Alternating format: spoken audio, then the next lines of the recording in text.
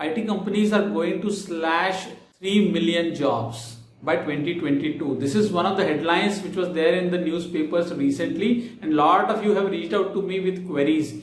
And today I'm going to tell you exactly whether you need to worry about it or not. But before I go there, I want you to subscribe to the channel if you have not done it already, and also press the bell icon for all notifications. And hit the like button, guys. For this video, we are keeping a target of 1000 likes, and I need your support to spread this video to the right people and the community. Today's video is going to be very important with respect to your future. So watch it till the end. Today we are going to not only talk about whether you should be worried about job cut, but we are also going to talk about the future skills. In one of my videos in the past, I have spoken about why layoffs happen, how to predict a layoff, and what you need to do from your side so that your job is secure. If you go to YouTube and search Career Talk Layoff video, you will find that video. That video has a lot of good information for understanding the situation and predicting whether there is going to be a layoff or not. So I highly recommend that you go through that video once you are done with this one.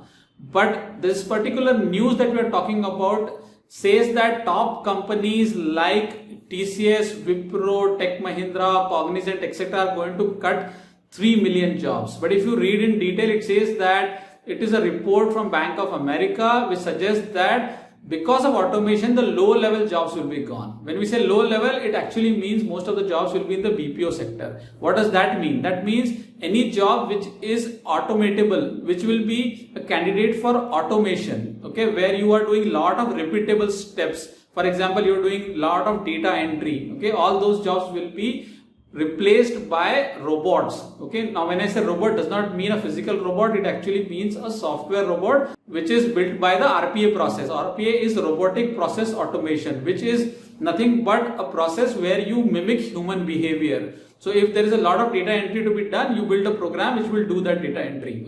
The program can run for 24/7. Okay, so instead of a human, you execute the program.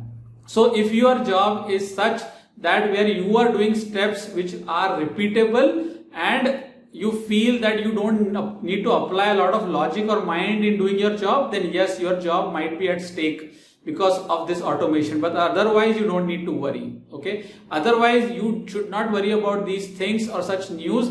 Rather, you should focus on finding out what are the areas where you should build your skills. Okay, what are the areas which will be demand in future? So today we'll go to NASSCOM's website where they have clearly called out what are the 10 areas in which you should skill yourself for the future. Okay, and they have also given 70 plus job roles which will be in demand in future. So let's look at all these 10 areas one by one. This is the website, guys, futureskills.nasscom.in. Okay, so you have to go to this website. There are different menu items here, but what is of our interest is this program brochure. This brochure has extremely important information with respect to future skills. This is an initiative by NASSCOM. You can browse this website later at your leisure, but what I want to draw your attention to is the 70 plus job roles from the future. Okay, cyber security is one of the areas. Okay, as you can see, robotic process automation, 3D printing, artificial intelligence, Internet of Things, blockchain, virtual reality, big data analytics, mobile technology, and cloud computing. So these are the 10 areas in which the future of technology lies, and this is where you should focus. Okay, and what they have given is not only the area, but they've also given the roles that will be available in those particular areas, as you can see.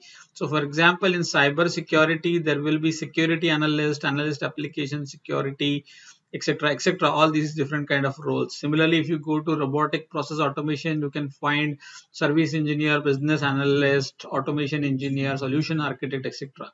So likewise, if you go to AI or Internet of Things or 3D printing, they have given all the roles that will be in demand in future.